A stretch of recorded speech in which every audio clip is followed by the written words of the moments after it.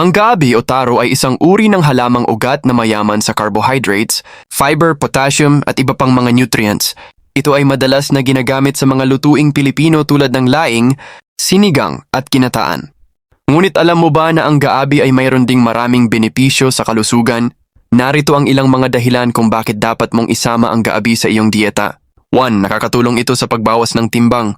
Ang gaabi ay may mataas na nilalaman ng fiber na nakakabusog at nakakapagpababa ng appetite. Ito rin ay may mababang glycemic index na nangangahulugang hindi ito nagdudulot ng biglaang pagtaas ng blood sugar levels. 2. Nakakapagpabuti ito ng digestion.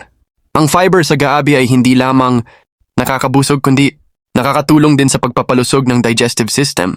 Ito ay nag-aalis ng mga toxins and waste products sa colon at nagpapababa ng risk ng constipation, hemorrhoids at colon cancer. 3. Nakakapagpataas ito ng energy levels. Ang gabi ay mayaman sa carbohydrates na siyang pangunahing pinagkukunan ng katawan ng energy. Ang carbohydrates ay binubuo ng glucose na ginagamit ng mga cells para sa metabolic functions. Ang pagkain ng gaabi ay makakatulong sa iyo na magkaroon ng sapat na energy para sa iyong mga gawain at aktibidades. Ito ang inyong higala, Freddy Gulain. Maraming salamat sa inyong pagsubaybay.